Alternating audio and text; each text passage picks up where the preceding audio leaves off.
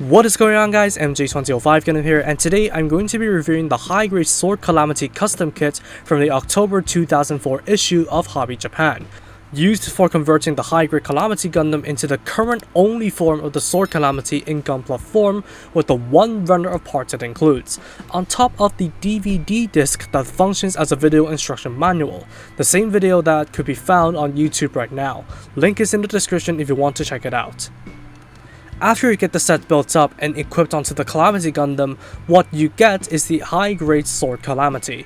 As it is a magazine set, the painting is left to your discretion, but the final silhouette looks accurate to the design line art, thanks to the core of the Calamity Gundam being left unchanged.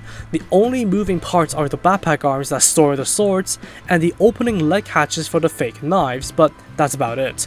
The connection on the forearm shields is a bit unreliable though, so do keep that in mind.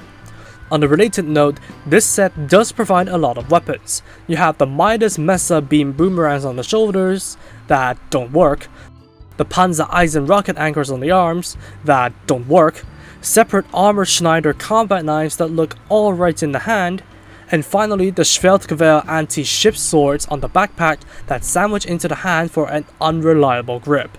They offer the standard sword functionality, but they look badass nonetheless.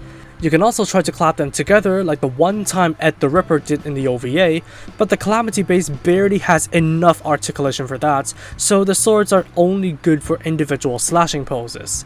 It's a pretty bare bones set for something that is loaded with melee weapons, but it was the early 2000s, so we couldn't have expected much. Now, there are two ways to go about this build. The first is to paint up the missing details on the set contents and mount it onto the Calamity.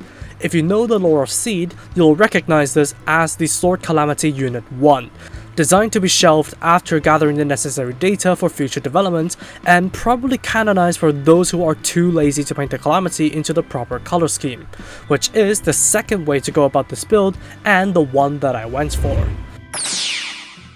While the Unit 1 doesn't look atrocious for something with mismatching colors, painting it into the Unit 2/3 is the way to go if you have this set, as it would look better with a uniform color scheme, and most would want to rep Edward Harrelson from the animated short with the blue frame. Or if you want to, you can simply seek out the red version of the high-grade Calamity Gundam if you want to take the easy way out. There isn't really much that I haven't said about this set. Considering its rarity and how bare bones it is, suit your wants regarding this expansion set if you somehow manage to happen upon it.